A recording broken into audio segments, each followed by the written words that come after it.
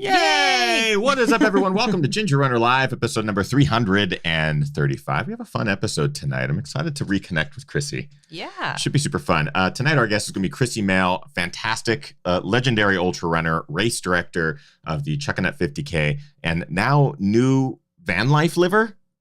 Is that the best way to phrase it? Probably not, but we're going to reconnect. Would it be just van liver? Even just saying the word liver is like that feels wrong. It doesn't quite ring true. We're very excited to welcome Krissy back to the show tonight. We're going to kind of catch up about what it's like living the van life, which last time we had her on the show, we talked a little bit about that transition, and now we're going to check in and see how it's been going, as well as preparations that she's currently undergoing for Chuckanut 50K happening in 2021, and sort of how, as a race director, she's having to evolve the race and sort of what that means, especially with everything that's going on right now. So we have a very exciting show. We're very happy to have Krissy Moehl back on the show. So sit back, relax. Ginger Runner Live begins now.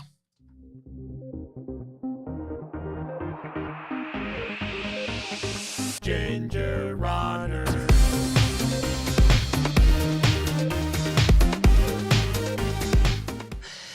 Hey, what is up, everyone? Thank you for joining us on Ginger Runner Live, episode number 335. We appreciate you taking some time out of your busy Mondays to spend a little bit of it with us. Fun show tonight planned. We are getting up there. And it is already fun because there's toy squeaking happening. Yeah, I don't think you guys watching live can hear the audio from our guest tonight, but Krissy's patiently waiting to join us on the show. And we hear she's playing with Petey, her dog, and squeaky toys. So we're hearing the entertainment in the background, and it's like, I just kind of want to be there and be in that. But we're very excited to have Krissy on the show tonight. But we don't just have Krissy. We don't just have myself. We have you. Hi. How are you? We'll nail this one day. One day. Right. Hi, everyone. Kim Tashima Newberry here. Welcome. If you're new, please pop into the chat room and say hello, because we are going to be having Krissy on live in just a second. If you have questions for Krissy, you can ask them in the chat room. Yeah, it's going to be great to bring Krissy Moehl back on. So for those unfamiliar, Krissy Moehl is a legendary ultra runner, has a book out. She's a coach. She's a race director of the coveted Chuckanut 50K, one of the biggest and best races here in the Pacific Northwest. But last time we had her on, it was right before, I believe, Chuckanut in 2020, and there was a lot going on in regards to having to postpone it and cancel it, same sort of thing that we were going through with Tiger Claw. And just today, Krissy sort of unveiled maybe the plan that's going to be happening for the 2021 edition of the race, or at least the potential plan. And it's just going to be good to sort of connect with the race director who's having to plan just like we are for Tiger Claw, and whether it's going to be able to happen, how it could happen if it does, and all the things that go along with that. So it should be a pretty interesting conversation, sort of a peek behind the curtain of what it's going to be like putting on events in the coming year. In addition, she's been living the van life, as I mentioned in the pre-show there, which we caught her in the transition when we had her on last. And now we're going to be able to kind of catch up and be like, and just find out how it's working. So I'm excited to welcome Krissy to the show. Before we introduce her, though, of course, we do have some individuals that we like to thank at the top of the show. First and foremost, our amazing Patreon crew. We call them the GR crew. You can head on over to patreon.com/thegingerrunner for as little as $1 a month. You get access to all these really cool perks. We're also live streaming every single day. So we're talking about running shoes, running, adventure, life, everything over there as well for the $3 and up levels. We call it our daily brew. And we basically sit down and talk and live stream over a cup of coffee or over a beer. And it has been a blast. We're at episode, 202? I think so, yeah. It's crazy. Also, for the next couple of weeks, we from last week to this week and then the next 2 weeks, we have a fantastic sponsor. Inside Tracker is helping us produce these podcasts for the next couple of weeks. Last week, we sort of mentioned that we did our blood test just before the show last week. Mm-hmm. We have gotten our results through Inside Tracker, which is kind of a cool feature that they have. And there's a lot of work that I need to do, is basically what I found out. And you got your results, and you're doing great. Like, you're perfect. No, that's not true. I have a little bit of work to do. Yeah. I have a little work to do. But it was really fun to see how quickly it actually came back.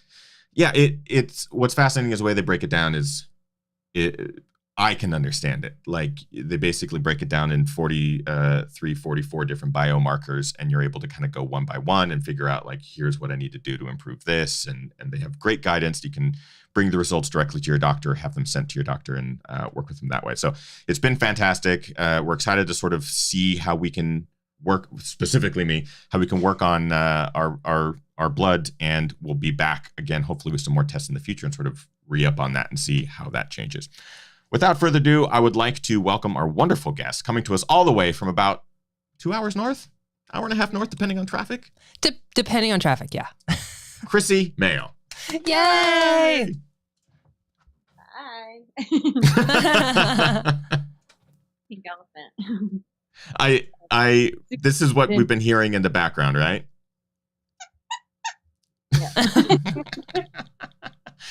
Yeah. I think we've seen Petey on the show before. Petey is your wonderful, beautiful, incredible dog, and you just admitted that Petey was fine all day, and then of course you sit down in front of a camera, and Petey wants everything to do with it, right? Yeah. She was on my lap when we first got on, and now it's all about this pink elephant. I think we suffer from the same beautiful dog fate. Gus loves to be chill all day. The second we sit down in front of the camera, turned up to 11, nonstop.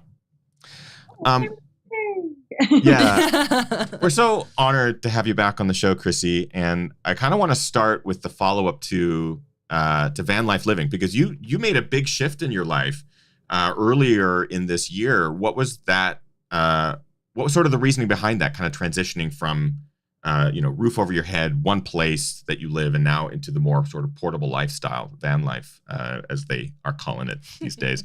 What started that transition, and how has it been? I think other people saw it coming better than I did. I bought the van last summer, like in July. And even my mom said last night, she said, well, you've always wanted to do this. There must have been like cues that I was giving all along. I had an interesting living situation. I was living in a condo, and those that know me close know that there was some other stuff going on with neighbors, and it was just time for me to move on. And the Bellingham market, I would be interested to know, because the theory is that all the Seattleites are coming up and buying homes here, and the housing market is just crazy to try to get in on. So I couldn't just change over and buy a house. And as I looked at renting options and stuff, I was like, why would I do that? I have a van. I would love to live in it. So I have a good friend here in town that does contract work, and he built out like a cool kitchen cabinet for me that has a sink and a foot pump. I didn't want stuff that would break, so it's pretty simple. I've got like a little gray water tank, pretty dependent on the bathroom. So I have an office, or having a bathroom. My van does not have a bathroom. I have an office here at the Prime Sports Institute. That's where I'm at right now. My van does not have a lovely, but yeah, so this, these two, the Prime Sports Institute and the van life, has been like a pretty great transition for this year. And to be honest, it's hitting me. I'm 4 months in, and I had no idea it would last this long. I thought, it'll just be a couple months, like fun honeymoon, summer, end of summer thing. And then no, it's been winter. I'm figuring out the heater and the battery life. Yeah. And I got new tires to, who knows if it snows. So I'm really getting into the whole van life thing. You get to really dork out on the tiniest things, because the better and more efficient they are, the easier the life is. So see, that's super interesting, because one, when you hear someone sort of making that transition, not just like, hey, I have this vehicle that I can now go adventure in, but it's like, no, now that I live in this, so I can drive to the trailheads, I can drive to the mountains, and I can essentially live out of this. I don't have a brick and mortar sort of home base. That's a big transition. And so to even know that you've made it this long, and it's still it's exciting and stuff like that, that's pretty cool. Was there a big learning curve to kind of going from a I've got privacy. Well, I guess you have privacy, but like I have a bathroom that I can go to at any time, and I have all these other amenities that you might take for granted. Was there a big steep learning curve in that? I think the kookiest part was, well, like the bathroom. A fellow van life friend gave me the clue that use the bathroom when you have access, not when you need to. Oh. Shift, and it makes a huge difference. Fan trick. The other one that I actually love is because I'm a clean, like neat freak. And her tip was, I was like, what do you do about like laundry and stuff? She goes, oh, it's perfect. Here in Bellingham, we have Trader Joe's and the laundromat right next to each other. So you go start your laundry, go do your grocery shopping, clean the van, and you've got everything. Your whole house is done in like 2 hours, groceries, laundry, everything.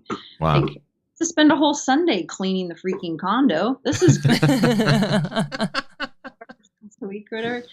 You made the point. I think this is crazy about van life is most people think about van life like adventuring and you're off and you're driving. I have been in Bellingham. Like I've done some cool backyard adventures. We've been out Highway 20 and like Spider Gap was a cool ad and Devil's Dome and all things right here in the Northwest that I've never done. So those were all cool ads. But at the end of the weekend, I was back here in Bellingham. And that's been the difference of van life and the pandemic is I've just felt pretty like holed up here in this like adventure rig. It's kind of funky, but I've been popping around to different driveways and it was kind of like a different driveway every night and like doing really good with, like how much I went inside or where we visited would be like outside and stuff. Yeah. With the recent advisory and stuff, I've a friend of mine has like empty house. She's not in state right now, so I'm just staying in one driveway, trying to minimize any potential bopping around. I hope people are being safe.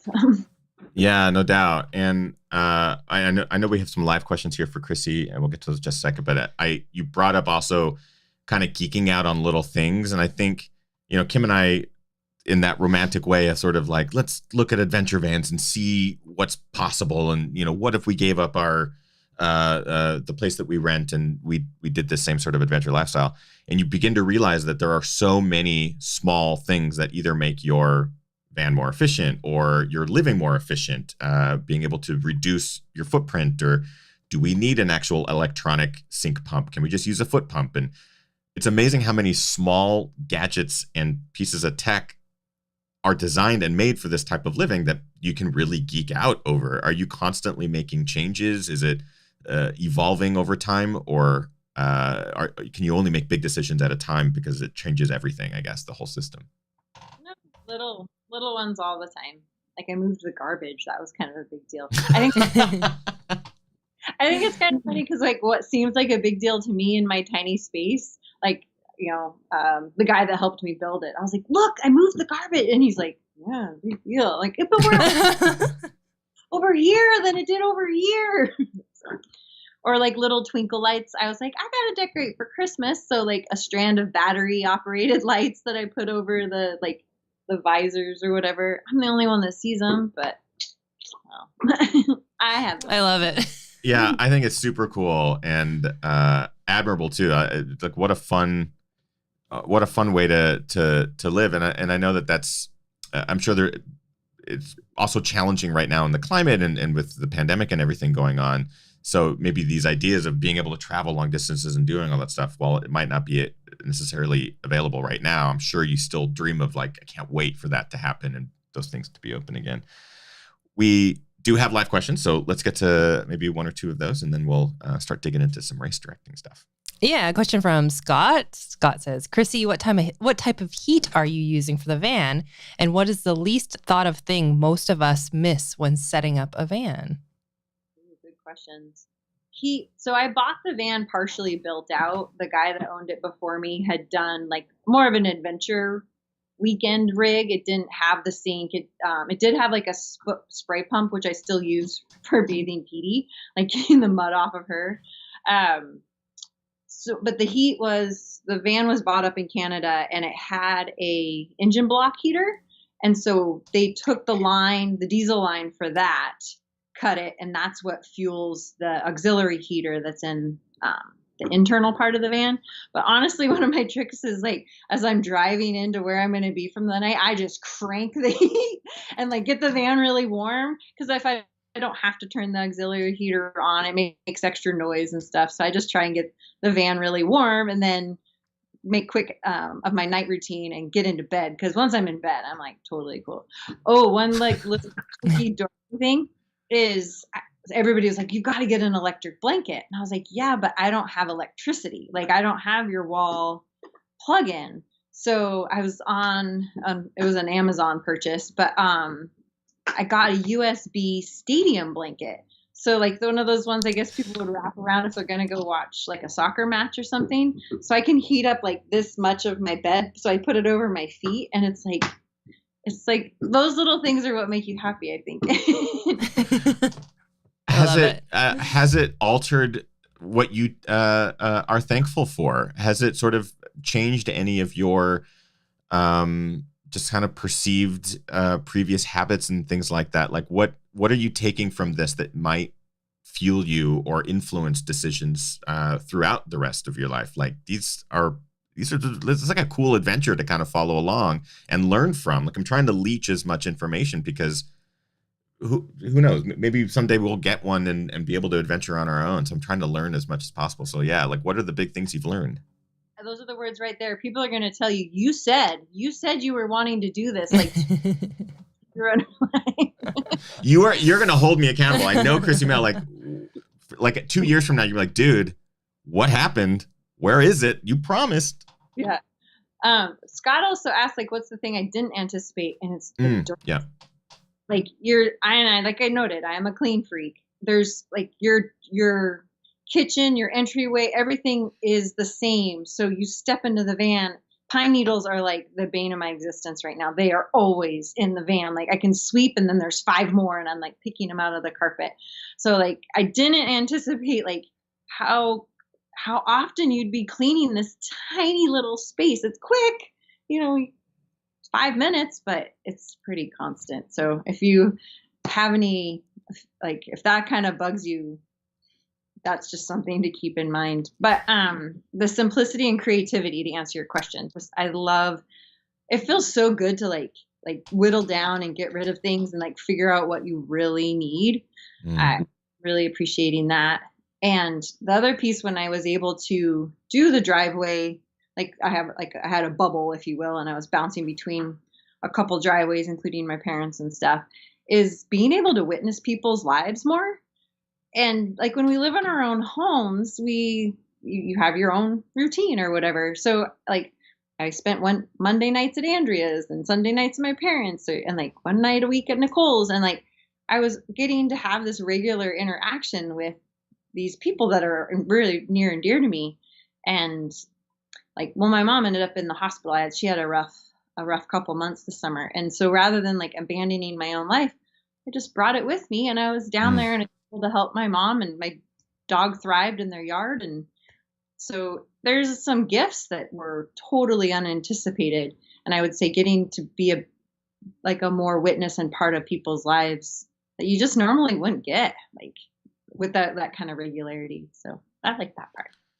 That's cool. That's super cool and kind of fascinating, because I guess I wouldn't have thought that. It makes perfect sense, but I guess I wouldn't have realized like this is actually an opportunity to be more engaged in other people's lives, people that are close to you, especially during a pandemic, and you have your core group of people.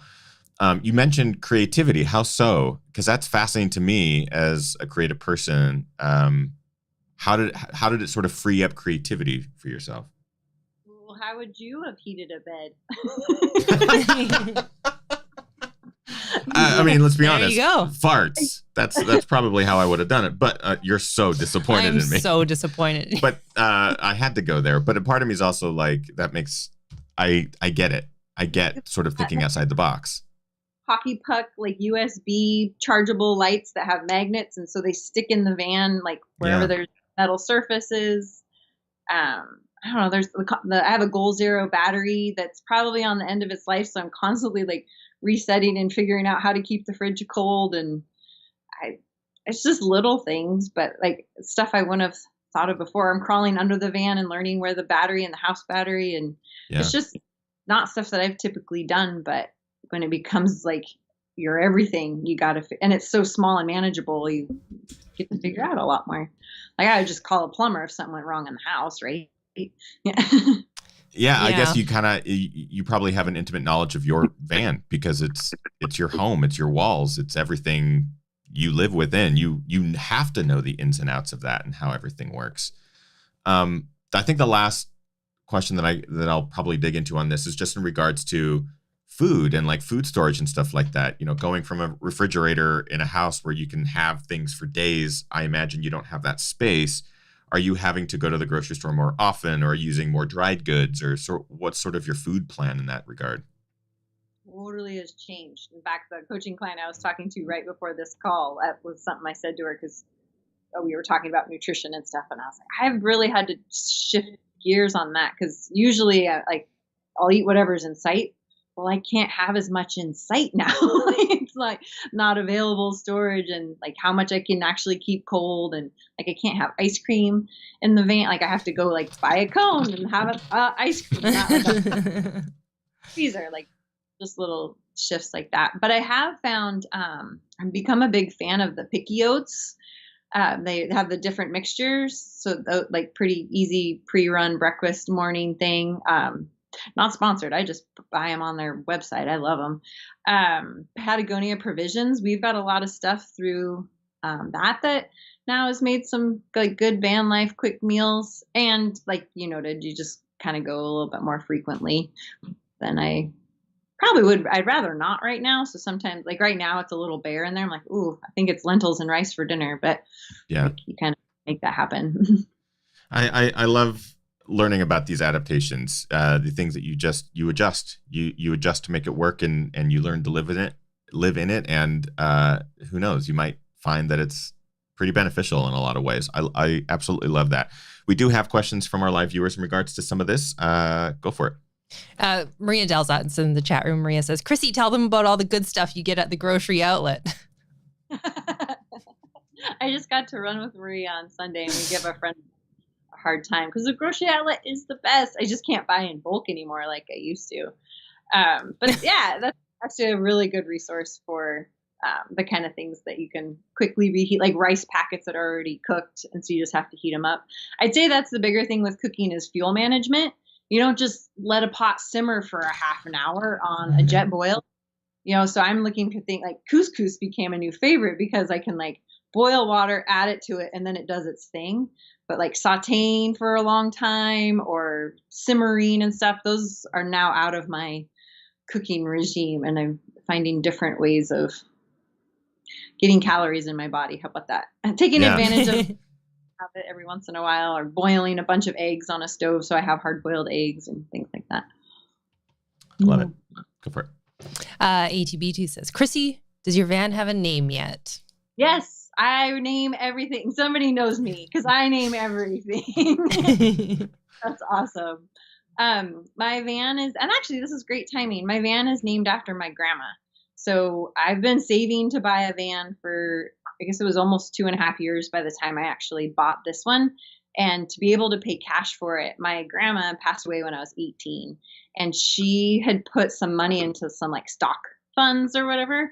And I was able to cash that out to find the rest of the cash to be able to buy the van. So the van is named after Grandma Janet, more affectionately known as Grams. She didn't want to be Grandma. She was too cool for Grandma. She was like that lady that took us out for dinner when we go down, or like help you get tan on. She lived in California. She was like, where's the 80s and 90s when you're like tanning and doing all that stuff, make jewelry. But her birthday was on November 20th, and she would have been 100 years old. So that was kind of cool information to just think about, that she's been gone that long, but she's still so present in my life. So that's cool. Oh, I love that. I love it. And I think maybe one last question, then we'll start diving into the race director stuff. Question from Deb. Deb says, Krissy, what do you miss the most that the van life doesn't provide? Probably being able to have a place for people to come over. I love cooking like a big soup or pot like style, and which can't really do right now anyway, so maybe it's the best time to do van life. But I do miss gathering. So as I look for a new home, if I ever get to, when I get to speak positively, it will have that gathering space is pretty key for me. Yeah, it's I also love having people over, or I love gathering and that sort of thing. And I can, because of the time that we're in right now, it's not the priority. And there's probably no better time to live in a van, because you have your bubble, you have your self-containment, and you can be in a driveway and you can share some time with people if you need to, or you can just head out to the mountains and just camp for a couple nights, do whatever you need to do. I don't know. I'm just fascinated by it, Krissy, and I appreciate you sort of opening up a little bit about it, because I know we have a lot of viewers who have either invested in their own vans or are looking at doing that, just even as like a supplemental adventure mobile, that sort of thing, to be able to travel right now. Because I know people aren't looking to fly as much. Maybe they could drive, and vans are in part of the equation. So we appreciate you sharing some of your home life with us and opening up a little bit about that. I do want to start talking, though, because you are a full-time, you're here in the office. Obviously, you have a van, but you also have an office space, which is super cool and the best way to do it. I can imagine that's exactly what we would do. And you're full-time race director, coach, author, obviously. I'm super curious what this last like 6-7 months has been like for you post Chuckanut 50K 2020, and how you've had to approach doing it again next year, being able to host an in-person event, or if you're able to do it. So like, what's been the process for you in thinking about how Chuckanut 50K will move forward? It's a total mind shift. Like, and having done this for what would have been 18 years this year, we had like a system. We had it down. Yeah. I think I'm telling you guys that at the first Tiger call, I was like, you just are figuring out all your systems. Once you have the systems, it becomes easier, because your eyes were like this big. Like, what are you going to do? Like, it will get easier. You'll have it. Now it's like, whoa. Like, I'm learning a whole new way of doing this. And the mind shift part was, I remember when we were talking a lot during that time, when spring events were maybe or maybe not going to happen. And when they pulled the plug on events over 250, I was like, now I can realize I was devastated, and I couldn't pivot. Like, I just didn't have the ability to, like, virtual what? Like, I remember talking to you, like, should I run the course with a camera on my head? Like, I had no idea how to engage people or anything. And I had like probably, roller coaster of all the things of like, well, if I can't bring all my people together and set up my beer garden, then I don't want to do it. Like, I'm very real about all my emotions on that. Like, it was, what are we doing? I don't want to do it that way. So it's been a good couple months, and thank goodness for co-RDs, because Kevin and Tyler have been so solid through this whole thing. Tyler's been our like voice of reason around the pandemic. If ever I'm like, well, maybe we should try, he's like, nope. He's like my soul that I can always like push against him a bit and like, just know. And then Kevin's got the heart where he like, how do we gauge the volunteers? How do we get the sponsors involved? Like, thinking that way. So we have a really good team dynamic that's so helpful. Yeah. I'm really excited where we've landed. We just launched we kind of shared the information of where we got on our website today. And I just want to make sure we communicate about it to everybody, because it's so different than anything we've done before. We're even on a different registration site. We're on Pacific Multisports for registration. Yeah. The one thing that stays the same is we're opening registration the first Friday of December. We've done that for a long time. We won't have a cap, because the first layer of this whole thing will be virtual, which I'm really interested to see how people gravitate towards that. And the virtual event will involve like the 2 months leading up and the actual running of the Chuckanut 50K. I guess a lot of people do this. Like, what is the 50K? So I was talking about a little bit earlier with you when we were pre-call. Do you want me to go into all those details? Like, yeah. Like, I think this is a great opportunity to sort of talk about how you set it up moving forward, like how this is going to look for 2021. So like, if someone is maybe learning about Chuckanut for 50K for the first time and like, oh, this is an event in the Northwest, it's amazing, it's been around for decades, what are they going to see? What are they going to expect on the website registration process? What's it going to look like for them for the next couple of months? Yeah, let's walk through it. I'm curious. So I guess we're looking at it in layers. The first layer that will register people for, is the pink elephant. Is the virtual run, and there's 6 segments in January, 2 segments in February, and then the race in March. The 6 segments in January are basically running aid station to aid station. So if you happen to be local in Bellingham, at any point you could go run from Fairhaven Park down to the first aid station, which is at Lost Lake Trailhead. And then you could, figure out another time to run from Lost Lake Trailhead up to the $2 trailhead. And then you'd run the Cleator Road section which is 3 miles uphill. But if you don't live here in like Whatcom County vicinity, we have the mileage and the elevation profiles that will be up there on the website. And so you can mimic it in your own backyard. So we want people from wherever to get as close to these 6 segments for the month of January. And they need to be completed in January. And then I want to celebrate January, wink, wink. And then with you guys, and then in February, we would have just 2 segments, and it would be the out and back on the inner urban, which is just shy of 14 miles. And then the middle 18, because a lot of people use the middle 18 as their last long training run. So I thought it'd be kind of fun to have that as an actual segment. And lots of locals do it I just went and ran the middle 18, and everybody knows that's the middle 18 of the Chuckanut 50K. So It's got its own icon there. And then March would obviously be the 50K. And working with Pacific Multisports, they're hosting leaderboards for each month. So when you put in your segments for January, those all need to be completed and in January, and then we'll have rewards for that.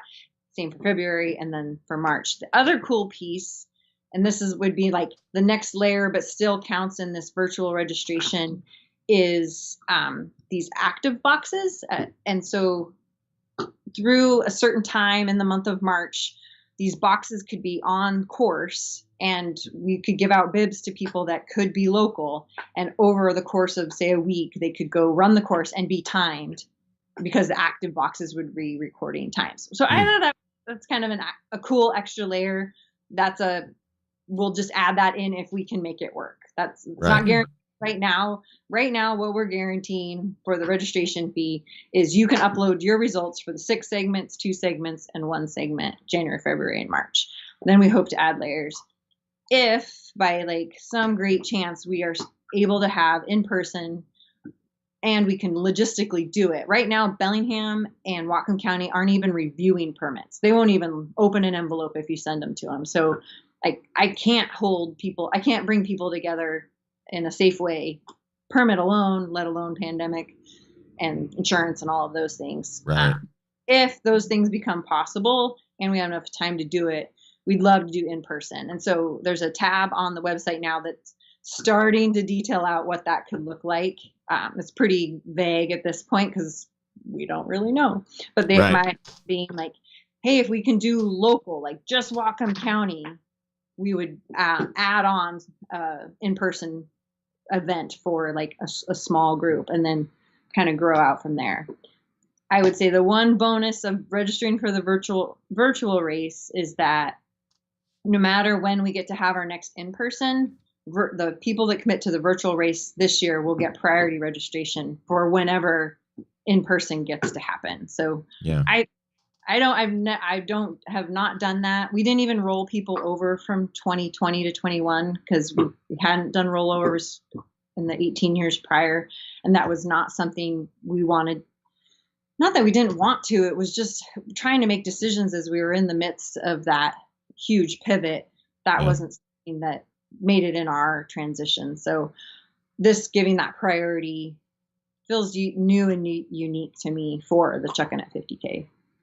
Yeah, it's interesting because one, I love hearing race directors get creative because obviously for our viewers who are very aware of this, state to state, county to county, city to city, everyone's going to have different guidelines in place. Like you and I were just talking earlier, our state guidelines are already different from road to trail, or just depending on the size of the event or what jurisdiction or what permitting agencies you're using, and it can get really confusing. And I I think it's really cool what you guys are trying to do as far as a race that has been in person for so long and it's just this established core old school style 50K from the Northwest has had to figure out how to make it, one, accessible to everyone as always, but also within the guidelines that you are restricted to and what you are working with. So this will be really interesting to sort of see how this evolves as sort of a virtual event with a mix of in-person depending on where you live. A part of me is like, this is really, really cool. You talked a bit about the action box or the power boxes, or the things that might be able to be out on course. And that's really neat. Something that people can go and not interact with anyone else out there, but still maybe get an official timing result, which is cool. It's fascinating to see how race directors are having to get creative in this space. And we're seeing a lot of stuff happen right now with events going on. I got into some social media heat this weekend for calling out a big race organization for attempting to bring people from across the country and stuff. What's sort of your take on what we're seeing? Because we're seeing the whole gamut. You know, we're seeing big events happen. We're seeing smaller events happen in the backyard. Like, are you just focusing on your event only, and how do you see the big picture, or at least how do you see it playing out in the next in 2021? Good. Oh, lots of big thought, question provoking with that whole line of thinking. When we first started the year and things got like shut down real fast, I got invited to be a part of the Race Director Alliance. It was a group of race directors, mostly up and down the West Coast, just probably because of proximity. And we wrote up a list of guidelines. It went from like a 20-something page document to about 8 or 9. We boiled it down. So that was a really helpful thing to be a part of, even if like whatever light of day that ends up seeing, just to be that thoughtful of how you would put on an event going forward. Because I mean, I think people are starting to get like, we can't go back to normal because we are changed by this. Like what we've gone through, the duration that this has lasted, even if tomorrow they're like, we're good, like, which never mind, I'm not going down that road, but people can take their head. We will have been changed by this experience. Like just being locked down for 8 or 9 months is something new. So back to normal. I think there's some great things that we can take forward in terms of like, I will never put a bowl of potato chips out on a table again. I think I said that back in like, let's think about these kind of things that we've just easily done or taken for granted and really maybe call it clean up our act or whatever. So that's kind of a cool thing. What's really driving my race directing right now was that thought I had back in March was, if I can't hug my runners, I don't want to put on an event. So how can I hug my runners? So that's like, is it this right now? It's by being more engaged. It's not just one day in March, it's January and February. And then March we'll get to have the big race celebration. So having that kind of as the driver of how we think about how we're going to, like we budgeted way more for a finisher's prize than we probably ever have because we want to like bring something. We don't know what it is yet. So if you have ideas, we'll have to chat about that. But I want to something cool. Yeah. The how do I hug my runners or engage my runners? That's the driver for me. So maybe to answer your question, I'm pretty focused on Chuckanut and just taking cues from like people like that Race Director Alliance and I don't know, probably closer conversations. I wouldn't say I'm like totally watching the national scape for trying to decide how to do things. I would say it's closer here than broad. I honestly think that's probably the best take yet because it is, I mean, and this is also a note to myself, is like looking at what someone's doing on the East Coast.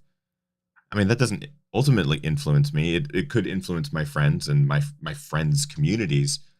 But as a race director with the race here very, very local, I know that the decisions that we make as co-race directors influence that community and those here. And I think that's a really good perspective because it's going to be different here than it is elsewhere. And you brought up, you mentioned it on our call today and you brought it up just now, but just the idea of wanting to hug your runners.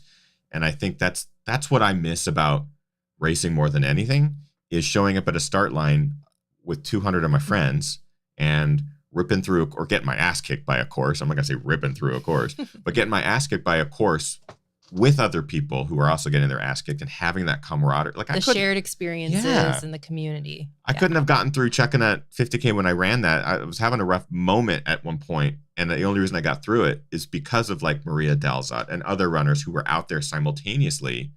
Like, hey, you've got this, we've got this. And that's such a beautiful thing that it's not gone forever, but it's something that makes these races special. And anything outside of that sort of takes that person individualization of the race away.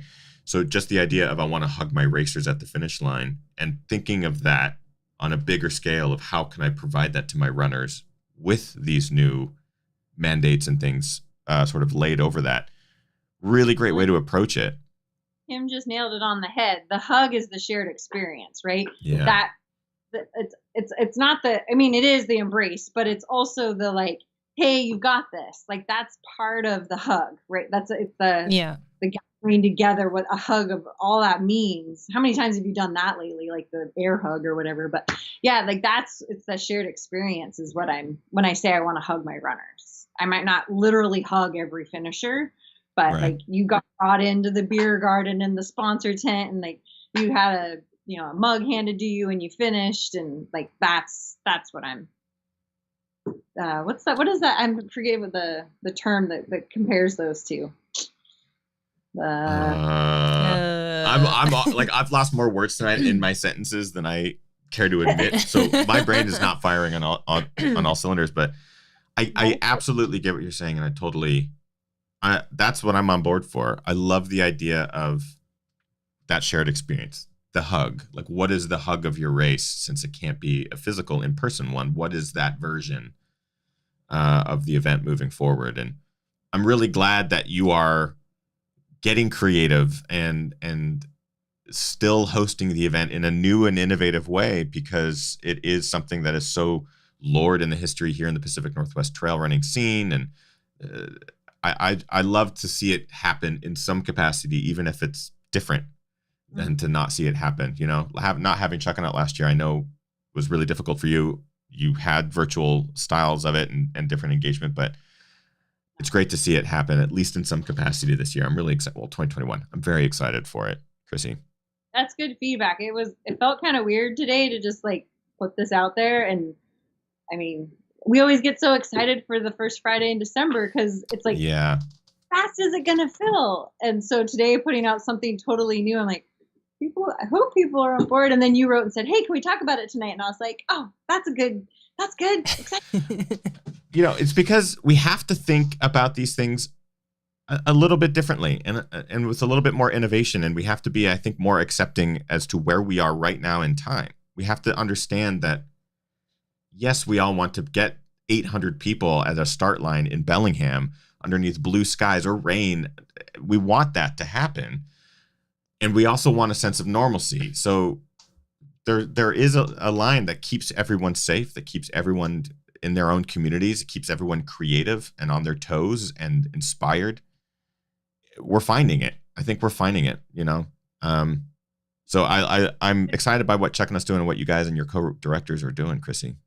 Well, what about that just as a lead into just giving race directors like some credit right now? Like it might not look how you wanted. You might not get your rollover or whatever, like how things are working it's a challenge right now. I know you brought up today the different things that you're already starting to think about of how you're going to do this. And there was some really great people that stood up for race directors right up front and said, if you can afford to like not refund your fee, think about that. Or if you can, volunteer in a different way or help, just remembering that we're all going through a lot of different things, and race directors as well, knowing for your runners, we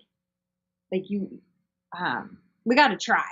I feel like we got to try and do something. So we're all working out for each other. And I just like that bit of grace, I guess, in between while we're dealing with the different bits. I just the word grace. Mm-hmm. I couldn't agree more. ATB2 in the chat says this isn't forever, but it will last longer if we keep pushing for what used to be instead of working with what we have. And Krissy, you're working with what we have, and I'm excited to see how this plays out because I think it's going to excite a lot of the runners, especially locals. I know you have a lot of locals up there in Bellingham that love Chuckanut, and I think just them having some sort of access to these challenges and stuff, it'll be really exciting, and being able to translate that to a larger audience will be fun too. Oh, the Canadians that come down that won't be able to join this year. That's a bummer. We miss going to Canada. We have family in Canada. And parents are there. Yeah, that's been one of the hardest points too. Any questions from the live chat room in regards to any of this? We have van questions, but maybe we can save the van questions for after show. The after show. Yeah, we'll dig more into the van life because let's be honest, we all want to live van life, Krissy. But also maybe we can also talk about what Krissy's been doing with her own running this year as well in the after show. There's a really cool project that you worked on that I'm seeing some great press about in regards to running around Baker, your circumnavigation of Baker, which looked gorgeous but challenging. Like there were some pretty big hurdles that you had to overcome to make that happen. Maybe you can give us a brief sort of descriptor of that, and we'll talk a little bit more about that in the after show. But what was the project? Who did you do it with, and what did it involve? Local legend. He moved here only 5 years ago. Jeff List lives out in Anacortes, and he just actually this summer. So our Baker circumnavigation was last summer. It's a whole year ago. But with the pandemic, the article that I wrote about this time last year just now got published. This is the first issue of Mount Baker Experience since then. Anyways, Jeff this summer circumnavigated Mount Olympus out on the peninsula. So he's this man that looks at maps and Google Earth, and then he goes and checks out the different areas and tries to piece together sections. And he's like an off-trail wizard. There's a great photo, I don't think that got published, of him shirtless. And we have just come through, I called it the Plinko Forest because it was all, and you're just dodging and I can't tell you how many times I stepped on a dead log and it just crumbled under my foot and my butt was on the ground. And we were fast packing, so 3 days worth of stuff. It's a little bit heavier weight than I'm used to carrying. And we get down to the bottom and I've got pine needles in my belly button. And this man is shirtless and he's got not a scratch or anything on him. You're just he's amazing. So that was who led the trip. He had done it as a single push. Maybe 2 months before, and then he offered it up to about a group of 12 of us, and 3 of us took him up on it. And our group of 4 were 3, 4, 5, and 6 of the people that have ever gone around the mountain that way. So wow, yeah, that is super cool. I can only imagine some of the challenges because it's for those watching. There's no trail for a majority of this, right? A lot of it is off trail navigation over ridgelines, valleys. The terrain, I can only imagine, is wild. So this is really cool, and I'm sure it's just full of adventure. We'll dig a little bit in the after show and maybe find the links to the articles and stuff like that. But that's going to wrap up our main show here with ultra running legend Krissy Moehl. We're again honored to have her on the show. Krissy, do you mind letting our audience, our viewers, our listeners know where they can find you on social, if they want to get your book, where they can register for Chuckanut 50K, all that good stuff? Where can they find you? Thank you. Thanks. If you can spell my last name, you can find me, KrissymOehl. And then the Chuckanut 50K website is chuckanut50krace.com. And all the links to registration. Registration this year, December 4th, 8 a.m. Pacific on Pacific Multisports. So it's a local registration company that we're going with this year. And my book is on my website, and I love it when you order it from me because then I get to sign it and run it to the post office and mail it. So that's always fun, and that's available. I think there's a buy now or a book order form or something on my website to. Sweet. Yeah, thanks. Fantastic. Our incredible guest tonight, Krissy Moehl. We just love it when she joins on the show, and we get to dig a little bit deeper into what's going on up in Bellingham, just a little bit north of us. But tonight we're talking about van life. Come on, I can't wait to dig in a little bit deeper in the after show. It also helps us feel a little bit of our local community as well. This is our version of our hug. Yeah, exactly. So thank you so much, everyone, for tuning in tonight. Of course, we like to end our shows by recognizing members of the community who go above and beyond just a little bit in our segment we like to call our GR Crew Member of the Week. Kim, you've chosen this week's GR Crew Member. Who it be? This week's GR Crew Member of the Week is Doreen Haas. And Doreen said that she ran the Pumpkin Pie 5K virtual race. And Doreen said she finished in the dark, but ran the whole way. Doreen trained really hard. She trained for 8 weeks despite some setbacks. She does mention age being a thing. Doreen's screen name is Age Only a Number. Oh, yeah. And she says she's got her eyes set on new goals already. Next running goals will include a few more 5K races at higher paces and then eventually adding longer races. Long-term goal, a trail marathon, and maybe an ultra. Fantastic. Congratulations, Doreen, on your incredible event, plus the inspiration for others. Awesome. So excited I hope to you see got that. some pumpkin pie. Yeah. I mean, if it's a pumpkin pie 5K virtual, I hope they at least provided A recipe. How do you get pumpkin pie virtually? A recipe. That's going to wrap it up for episode 335 of Ginger Runner Live. Again, a big thank you to our guest, Krissy Moehl. A big thank you to our sponsor for the next couple of weeks, Inside Tracker. Links in the description, plus a coupon code for Inside Tracker for $200 off their ultimate package, which is a huge screaming deal. Ginger Miss is just around the corner. We have some amazing prizes already lined up for this year's Ginger Miss, so you're not going to want to miss out. That will be December 11th, 12th, and 13th. More info will be dropping on this channel in the next week or so. So thank you so much, everyone. We will see you in the after show, patreon.com/thegingernunner, or we'll see you next week. Get out there, train as hard as you can, virtually race harder, and party the hardest. Bye. Goodbye.